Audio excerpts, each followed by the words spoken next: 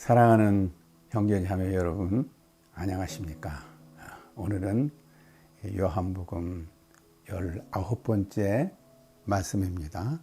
영생하도록 솟아나는 생수를 얻는 비결에 대해서 말씀을 드리고자 합니다. 본문은 요한복음 4장 16절에서부터 26절까지의 말씀입니다. 예수님은 여인에게 물을 좀 달라고 부탁을 했습니다. 그러나 상황이 역전되어 이제 여인이 예수님에게 생명수를 달라고 간청하게 됩니다. 주여, 그런 물을 내게 주사 목마르지도 않고 또 여기 물길로 오지도 않게 하옵소서. 예수님은 친절하게 어떻게 그녀가 영생하도록 솟아나는 생수를 마실 수 있는가를 가르쳐 주십니다. 그 생수를 얻는 비결은 무엇입니까? 첫째, 죄를 깨닫고 회개를 해야 합니다. 둘째, 참된 하나님을 예배해야 합니다. 셋째로, 예수님을 통해서 하나님을 예배해야 합니다. 죄를 깨닫고 회개해야 한다 하는 말씀이 16절에서부터 19절에 나옵니다. 생수를 달라는 여인에게 제일 먼저 예수님의 말씀은 내 남편을 불러오라고 말씀하십니다. 그는 남편이 없다고 말합니다. 그래서 예수님은 내 말이 옳다 그렇습니다. 그런데 지금 너하고 동거하고 있는 남자가 있지 않냐 이렇게 말씀하십니다. 이것은 그녀가 7계명을 범한 죄인이라는 것을 깨닫게 해 주신 것입니다. 여인은 이 말을 듣자 예수님은 선지자라고 말합니다. 그것은 그가 자기의 죄를 시인했다는 뜻입니다. 그래서 그는 동네 사람들이 가서 전도할 때 나의 모든 것을 아는 분이라는 예수님을 소개했습니다. 그의 과거의 치부를 솔직히 인정한 것입니다. 복음이란 무엇입니까? 고린도전서 15장 3절 4절에서 복음에 대한 정의가 간단하게 나옵니다. 이는 성경대로 그리스도께서 우리 죄를 위하여 죽으시고 장사 지낸 바 되었다가 성경대로 사흘 만에 다시 살아나사.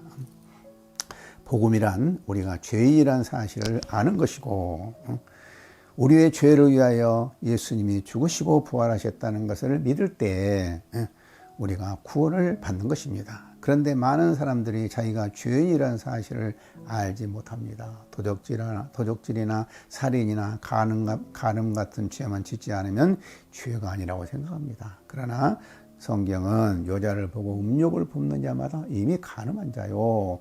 또 참 형제를 미워만 해도 살인죄라고 말합니다.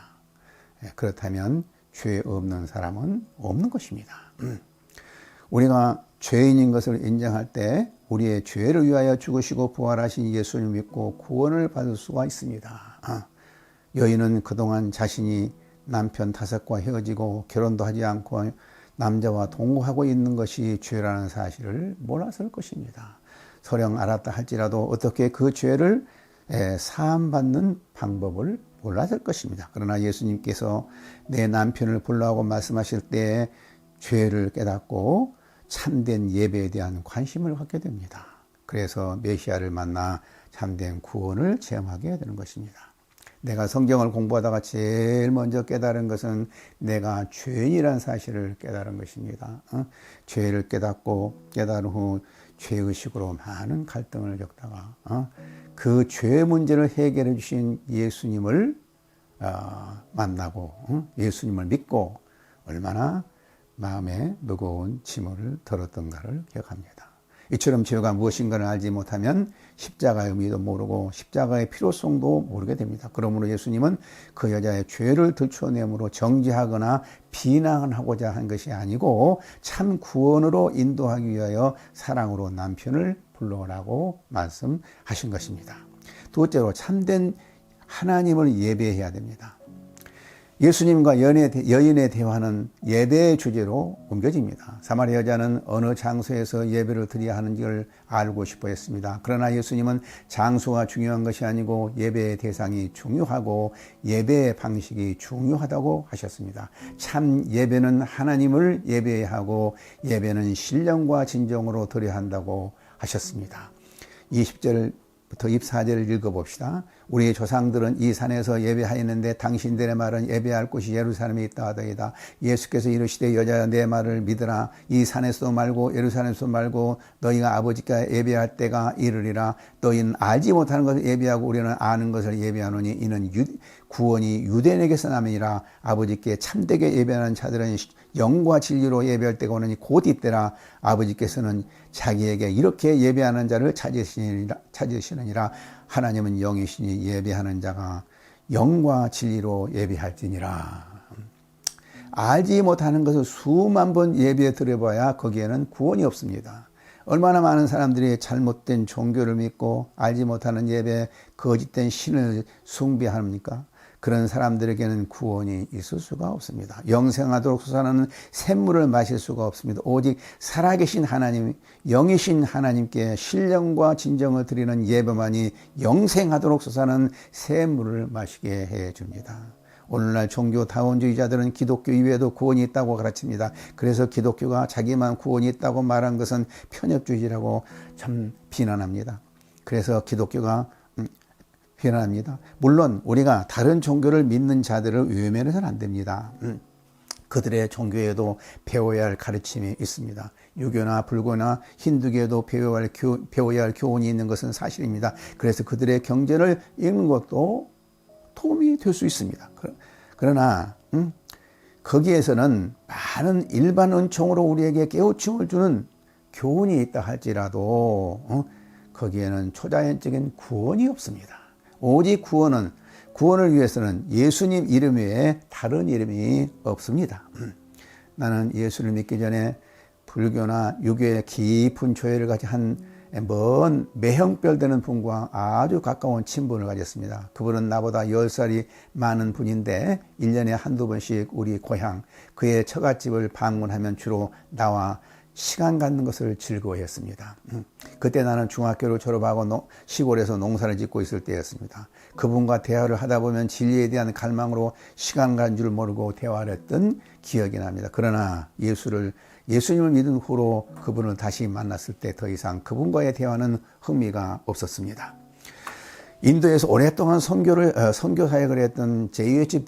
바빈 그는 불교와 이슬람교 사원 사이의 교회라는 책에서 기독교도 불교와 이슬람교와도 공통점이 있으므로 그들과 공통점을 나눔으로 교제를 할 수 있다는 것입니다.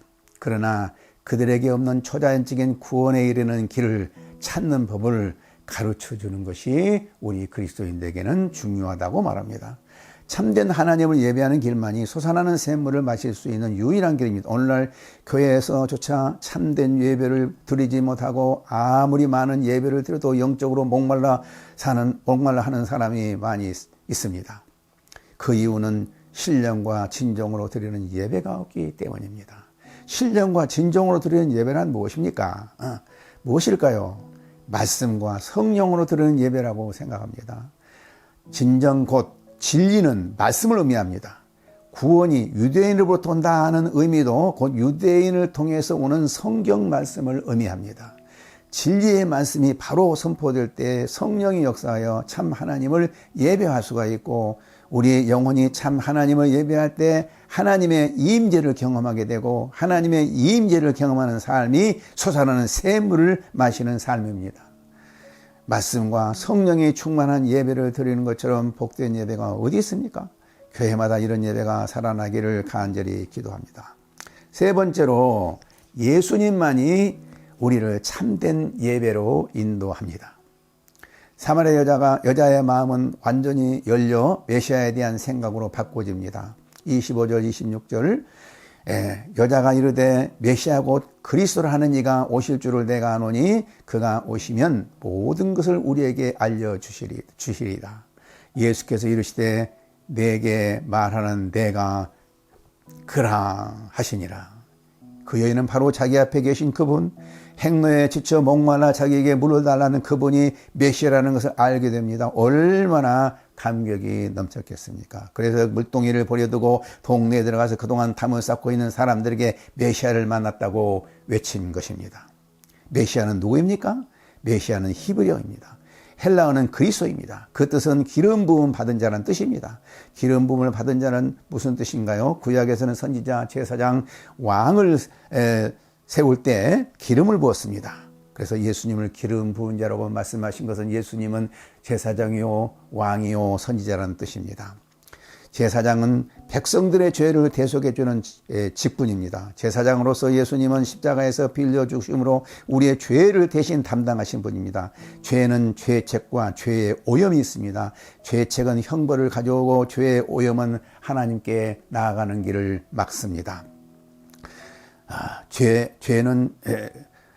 그런데 예수님의 십자가의 보혈은 죄촉으로 오는 형벌을 완전히 면해 주십니다. 그래서 우리는 예수의 피로 죄사함을 받아 심판을 받지 않고 구원을 받아 천국에 갈 수 있습니다. 또한 그의 피로 죄의 오염으로부터 깨끗이 씻음을 받아 하나님과 화목되고 하나님께 가까이 나아갈 수 있습니다. 그럼 우리는 예수님을 통해서만 하나님께 참된 예배를 드릴 수가 있습니다. 이 산에서도 말고 예루살렘에서도 말고 너희가 아버지께 예배할 때가 있나니 바로 이때라. 이 말씀은 예수님 오신 바로 이때라는 것입니다. 예수님을 통해서 참된 하나님께 예배할 수가 있습니다. 이 상에서 살펴본 대로 우리가 솟아나는 샘물을 마실 수 있는 비결은 우리의 죄를 깨닫고 진리와 성령으로 참 하나님을 예배하는 길이요, 참 메시아를 통해서 죄사함을 받고 하나님께 나아갈 수 있는 것입니다.